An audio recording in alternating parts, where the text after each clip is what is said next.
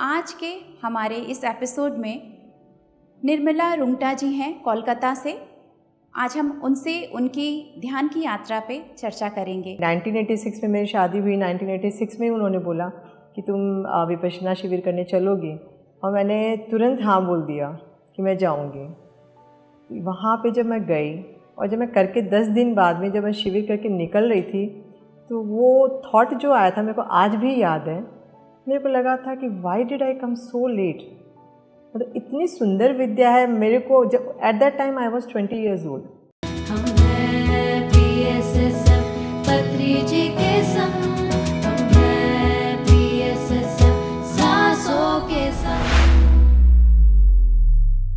हम हैं PSSM पत्री जी के संग अपनी सांसों के संग।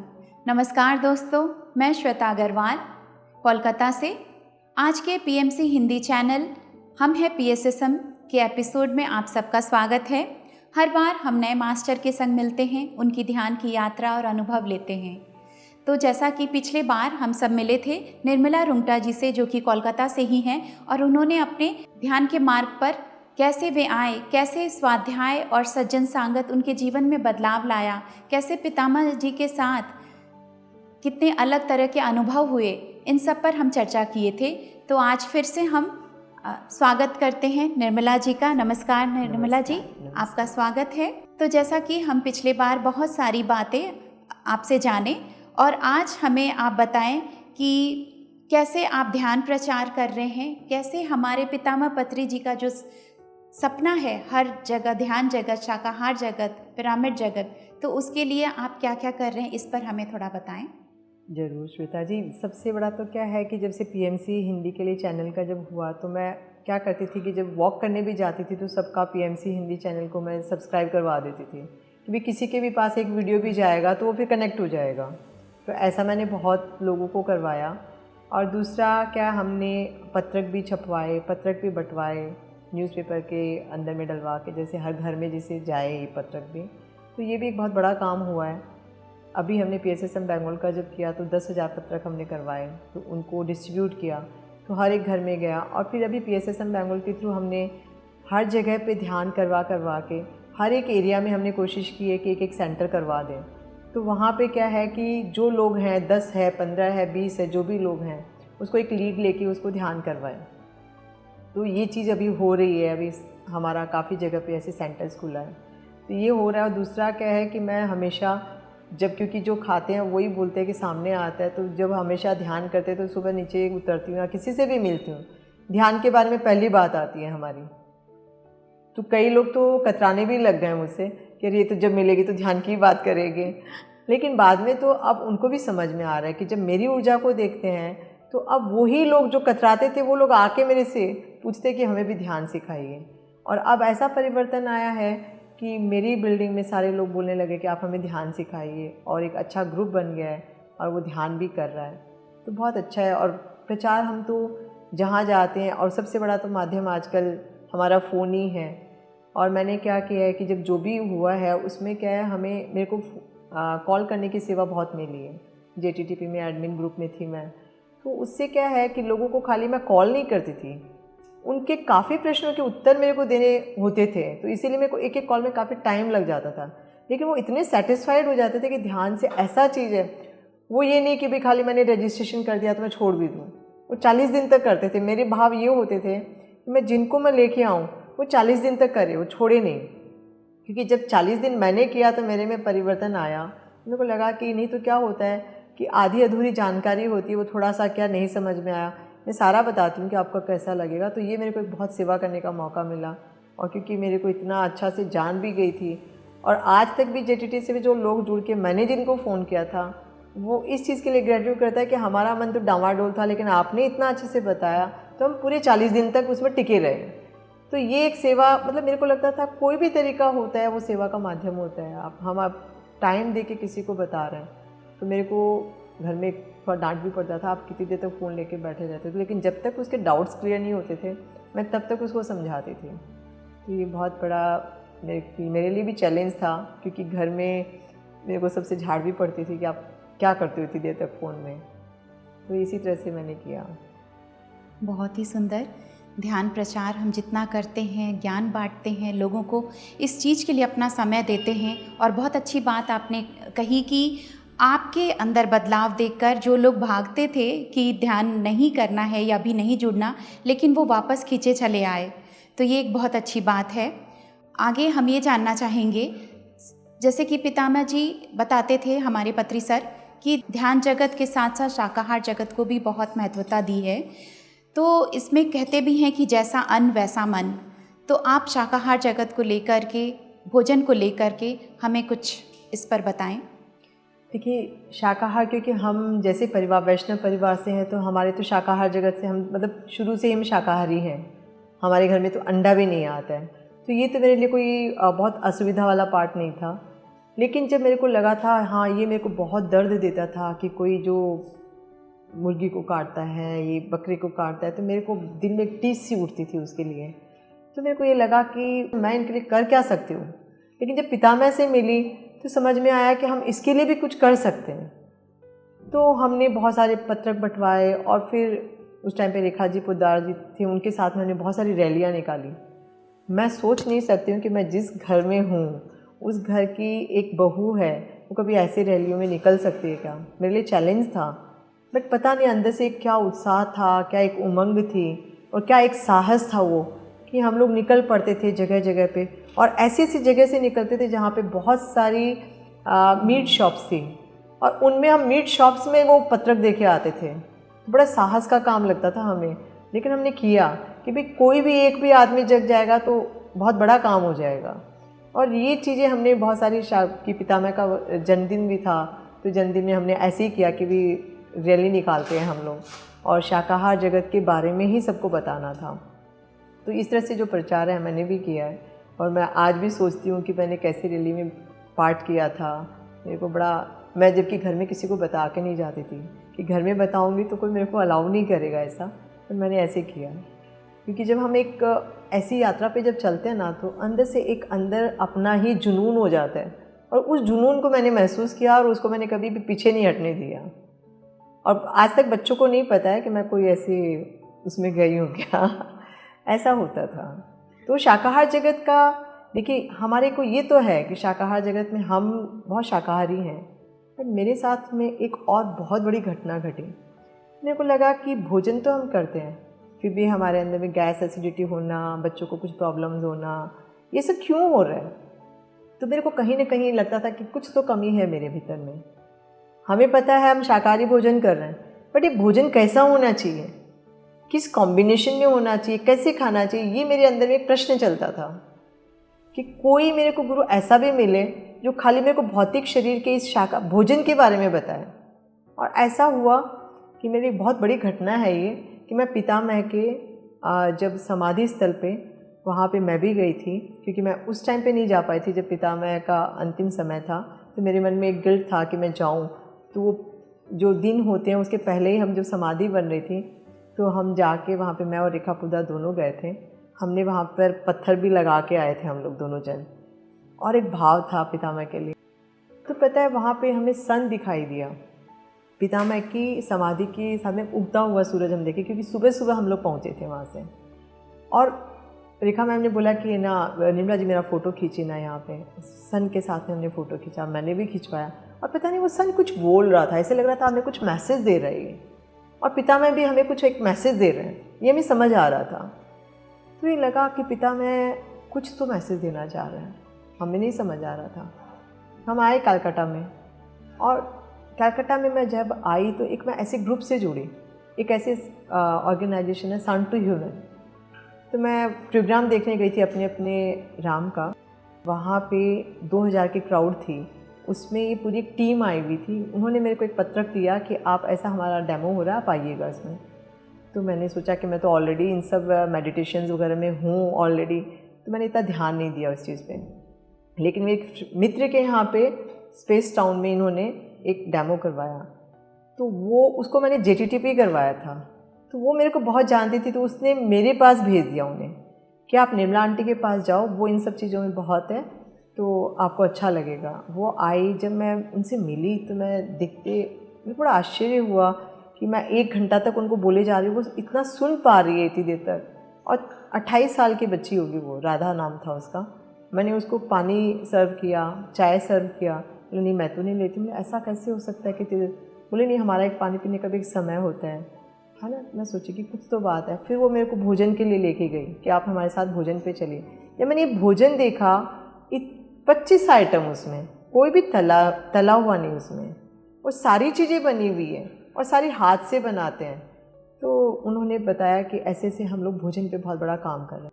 मेरे को लगा कि भोजन को मैं जो महसूस कर रही थी कि एक मेरे को भोजन के बारे में कोई बताने वाला चाहिए, तो मेरे को परमालय जी मिले। तो परमालय जी ने भोजन पे बहुत बड़ा काम किया है। हम हमेशा भोजन को बहुत नगण्य करके रखते हैं, और ये मेरे को समझ में आया कि भोजन छोटी मोटी घटना नहीं है, बहुत बड़ी घटना है। जैसे उनका जब मैंने बुक देखा तो उसमें था अन्न से ब्रह्म की यात्रा। मेरे को इतना अट्रैक्टिंग लगा था ये चीज़ कि अन्न से ब्रह्म की यात्रा हो सकती है। क्योंकि मैं मेडिटेशंस वगैरह में तो बहुत थी, फिजिकल लेवल में कहीं ना कहीं तो आता ही था, कभी गैस एसिडिटी होना तो कभी कुछ होना, आप बोलते हैं हमारे कैल्शियम की कमी हो गई, वो सब हो गई। तो हमको लगता था हम फिट होके यदि रहेंगे तो हम कितना अच्छा ये ऊपर की यात्रा और अच्छा कर लेंगे। तो ये जब समझ में आया मेरे को, तो जब मेरे को ये मिले परमालय जी, तो उनको मैंने वो भोजन पे काम किए हैं, और इतना सुंदर शरीर मन चेतना तीनों पे।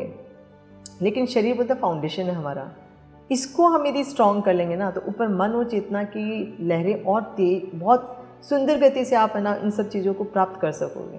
तो ये मैंने महसूस किया, और मैं इसमें पूरा जुड़ गई कि मैं देखूँ आखिर है क्या ये चीज़। मैंने देखा ये छोटे छोटे सूत्र देते हैं और बहुत साइंटिफिक होते हैं, और उन सूत्रों से कितना बदलाव आता है वो मैंने देखा इनमें। तो ये मेरे लिए बहुत बड़ा था। फिर मेरे को लगा, रेखा जी ने भी बोला कि पितामह हमें यही बता रहे थे कि ये जो सन टू ह्यूमन का जो अपने सन का वो देखिए, और हमारे भी आपके मन में आया, मेरे मन में आया, तो यही बताना चाह रहे हैं कि कैसे तो ये प्रचार कर रहे हैं इस चीज़ का। क्योंकि इनका बहुत सुंदर तरीका था, जगह जगह गार्डन में जाके डेमो करवाना, ये करवाना, और पूरी एक टीम आती है, टीम्स वर्क होता है इनका। मैंने वो देखा, इनमें अनुशासन इतना सुंदर है। तो ये हमें भी अभी ये करना है, इसमें ध्यान फैलाने में भी हमें ये करना होगा। तो ये चीज़ को मैंने समझा, तो मेरे भी दिमाग में आया कि भाई हम गार्डन में जा के, इसलिए इस बार हमने ना गार्डन में जा के भी सब डेमो करवाया कि भी ध्यान कैसे होता है। लोगों को, बिलीव नहीं करोगे, लोगों को पता ही नहीं ध्यान होता क्या है। तो उनको अच्छा इतना होता है कि वो वॉक करते करते भी 20 मिनट बैठ के ध्यान किए। तो ये हमें इससे मिला। तो मेरे को लगा पितामह पत्री जी हमें यही बोलना चाह रहे थे कि भाई आप ये भी बताओ लोगों को, भोजन के बारे में भी बताओ, और ये जो जिस तरह से टीम वर्क काम कर रही है वैसे आप भी करो, तो आपका ध्यान का प्रचार भी बहुत फैलेगा। तो ये मैंने उनसे मैसेज लिया और फिर इस पे काम भी करना शुरू किया। तो मेरे को लगा कि पहले मैं खुद समझूं। तो इसके लिए मैं वहाँ पे 4 नवरात्रि गई लगातार, 10-10 दिन का मैंने 4 कैंप किया। वो जब मैंने किया तो मेरे हर बार एक और गहराई, एक और गहराई, एक और गहराई बढ़ती चली गई।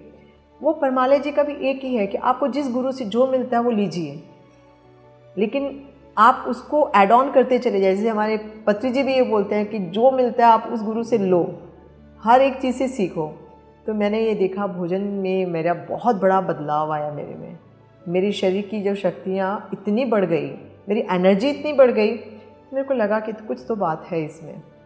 मैंने इसको शुरू कर दिया, और उन्होंने भी यही बोला मेरे को, परमालय जी ने, कि आपको कलकत्ता को जगाना है, ये आपकी ड्यूटी है।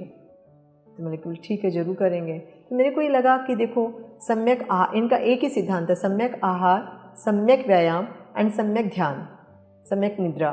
तो ये सम्यक, मेरे को लगा ध्यान मेरे को इतना अच्छा मिला हुआ है, तो मेरे को लगा बहुत बड़ा अच्छा कॉम्बो मिल गया मेरे को एक। मेरे को लगा कि मैं जब ध्यान के साथ ही मैं इसके भोजन के बारे में भी बताऊँगी तो लोगों में बहुत परिवर्तन आएगा। और इसमें सबसे बड़ा बात था कि प्रवचन नहीं, प्रयोग। इन्होंने सब चीज़ों को प्रयोग करके दिखाया।